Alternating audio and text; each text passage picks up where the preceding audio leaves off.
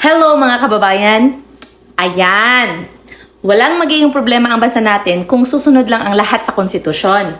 Ang ginawa ng minority bloc noon na majority na ngayon ay paglalapastangan talaga sa ating konstitusyon. Power grab ika nga, no? Ang ginawa nila kahapon ay ang tama na talaga. Dahil ang batas at ang konstitusyon ay napakalinaw mga kababayan. Kailangan mo ng 13 boto para sa absolute majority. So uulitin ko mga kababayan, walang problema kung susunod sa konstitusyon. Pero kung ang mga mambabatas mismo ang unang gumagawa ng shortcut, doon tayo delikado, no? At alam nyo ba kung bakit nagmamadali ang paksyon na ito? Dahil paparating na ang impeachment trial ni Vice President Sara Duterte. At kailangan nila ang kontrol sa Senado, no? So mga kababayan, kilalanin natin ang pinakabagong simbolo ng kawalan ng prinsipyo at pagbabaliktad sa Senado. Walang iba kundi si Senator Joel Villanueva. Yay! Matapos niyang makasama sa panig ng batas at konstitusyon si Senator Alan Peter Cayetano, nitong huling oras mga kababayan, bigla siyang lumundag sa kabilang bakod. Siya ang naging ika-13 na boto para gawing legal ang isang illegal na paksyon. Ang taong mahilig magmensahe sa pulpitong pangrelihiyon, ngayon ay naging kasangkapan sa isang maruming power grab sa Senado. Pero usapang tapatan mga kabayan, kailan pa naging katanggap-tanggap ang pagiging balimbing sa ngalan ng kapangyarihan? Sa ilalim ng Senate Rules, Rule 2, Section 2, napakalinaw na ang halalan ng mga opisyal ay nangangailangan ng mayorya ng buong kapulungan na 13. Noong June 3 mga kababayan, pumasok ang oposisyon na may 12 senador lang para magkudita. It was illegal. It was a complete violation of Senate decorum, no? At ano ang ginawa ni Villanueva? Imbis na manindigan sa tabi ni Cayetano upang ipagtanggol ang institusyon, pinili niyang maging salbabida ng kabilang grupo. Sa pag-transfer niya sa bagong mayorya kahapon at ngayong araw, ipinakita niya na wala siyang pakialam kung ang pundasyon ng sesyon noong una ay binaluktot at pinwersa. Ang isang mambabatas na walang legal na paninindigan ay mapanganib dahil handa niyang i-accommodate ang irregularidad basta pabor sa kanyang political na interest.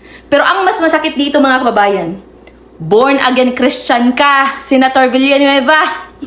Anak ka pa naman ng founder ng Jesus is Lord Church, no?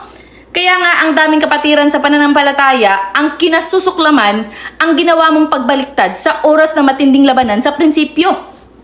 Ang daming nadismaya sa JIL, no? Akala ng marami, matibay ang iyong moral compass, iyon pala, madali kang mabili ng political na laro, no? Ano nga ba ang hatol ng salita ng Diyos para sa mga taong dalawa ang isip at walang paninindigan? Open your Bible mga kababayan. According sa James, chapter 1, verse 6 to 8 mga kababayan, it says there, "But let him ask in faith, nothing wavering, for he that wavered is like a wave of the sea, driven with the wind and tossed." Ang taong nag-aalinlangan at walang paninindigan ay katulad ng alon sa dagat na itinutulak ng hangin kung saan-saan. Ang taong may dalawang isip ay walang katatagan sa lahat ng kanyang mga lakad. Ganyan na ganyan ka, Senator Villanueva. Ang dila mo ay humihingi ng pagkakaisa sa live stream ng simbahan noong linggo. Pero pagdating ng Martes ng gabi at Miyerkules, nakikipagkuntsabahan ka na sa mga taong sumira sa patakaran ng Senado. Katulad ka ng alon na kung saan malakas ang ihip ng hangin at kapangyarihan, doon ka sumasama. Ang sabi pa sa Revelation chapter 3 verse 16 mga kababayan, it is there, "So then because thou art lukewarm, and neither cold nor hot, I will spew thee out of my mouth."